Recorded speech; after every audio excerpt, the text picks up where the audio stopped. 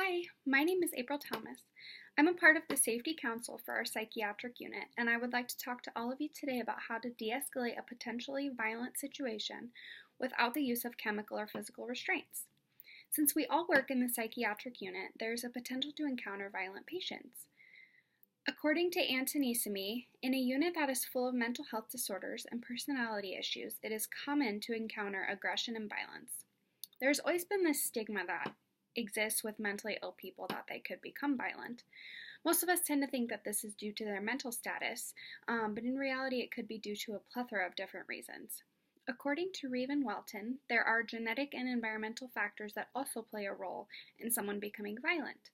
Some of these risk factors are if the person has previously been violent, a history of military service, substance abuse, depression, and hallucinations, among other things.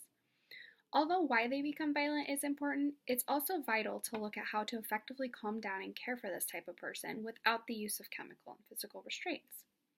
To do this, we must first recognize the signs of impending violence.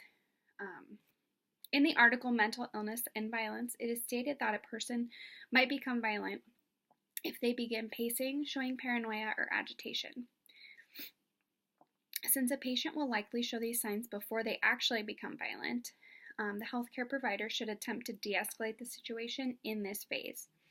I've developed 3 strategies to share with you all today that will help to de-escalate potentially violent situations in a safe manner.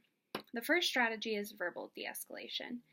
According to Richmond, this approach involves a loop of conversation that validates what the person is saying and then stating what the patient needs to do in return.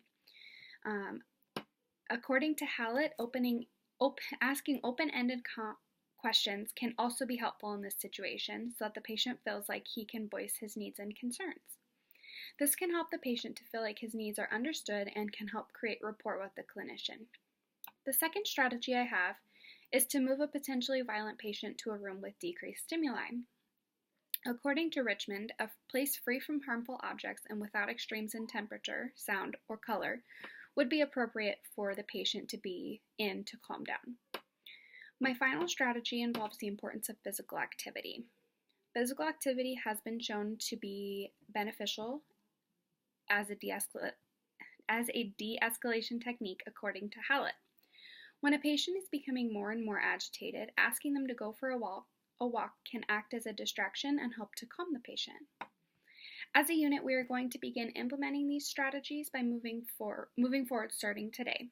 Before using a chemical or physical restraint on a patient, you will be required to document that you've tried one of these 3 strategies.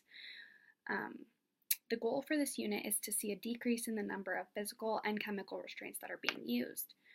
We as a safety council are going to record our current number of physical and chemical restraints that have been used this month, and then we're going to reevaluate them at the end of next month. We hope to see an improvement in these numbers to show that other de-escalation techniques are just as, if not more effective in calming patients. After evaluating these numbers, we want to have another staff meeting to evaluate your opinions on implementing these new procedures. At this meeting, we will have you all fill out a survey to let us know how it's working for you. Our hope is that you will all see this as an opportunity to develop better patient relationships, provide more effective care, and to see improvement in your job satisfaction as well.